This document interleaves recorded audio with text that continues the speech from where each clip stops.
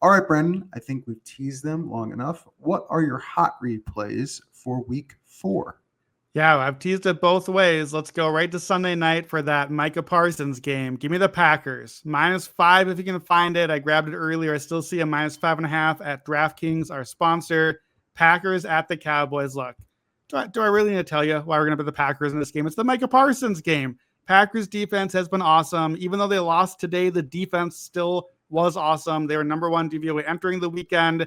Cowboys O-line, how many sacks are they going to give up to Micah Parsons? It's going to be multiple. It seems like Packers offense struggled, but that was the Browns. The Cowboys are, charitably a top 5 defense right now.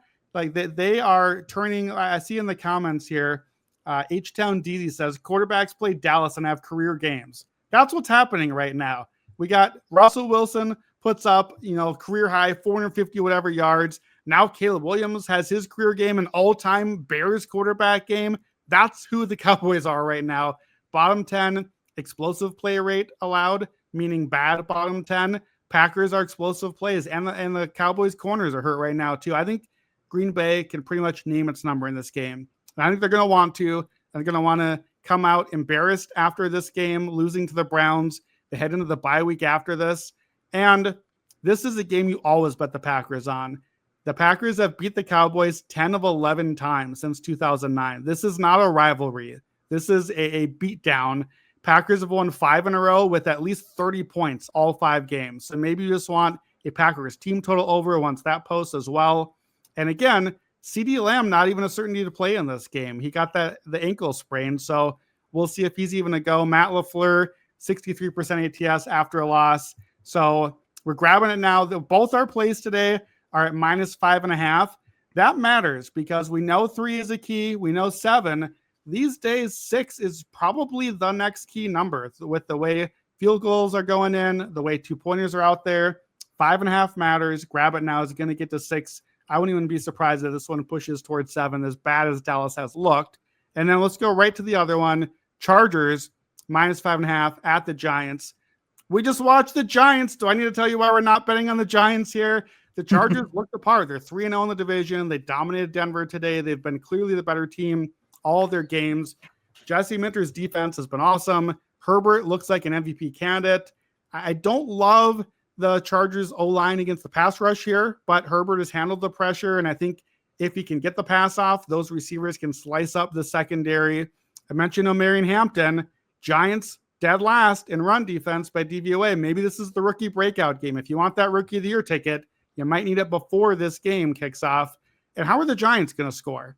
Will they ever score? Again, like we watched them just now.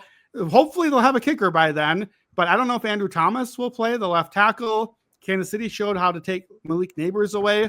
We saw the Giants hang 37 on the Cowboys. That doesn't count. That's not a real team. You scored 15 points the other 2 games against Washington and Kansas City, who, by the way, aren't great defenses. This, to me, is the worst offense in the league, the Giants. And the Chargers, we get a bargain here below the 6, again with a key number. And here's a crazy stat for you. Jim Harbaugh, for his career in the NFL, when his team is favored by under 6 points, 28-7 ATS, 80% hit rate. The man does not blow games. Now, I don't think that stat's going to come into play here because I think the number is going to rise. That's why we're grabbing it now, and then the stat won't end up happening. But undefeated teams against winless teams after week 3, 72% cover rate by about 5 points a game. So grab the Chargers, -5.5, Packers -5.5. Get them both before we get to some key numbers.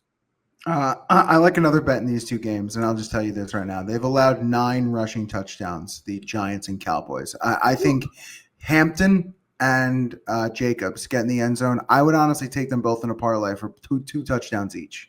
And just have a little fun there. I feel like the Giants and Cowboys can allow some touchdowns, but I agree. Both those numbers are going to rise. Again, if you want to tail Brandon's hot read, find the quick slip link in the podcast and video description, or go to actionnetwork.com/BETNOW bet now.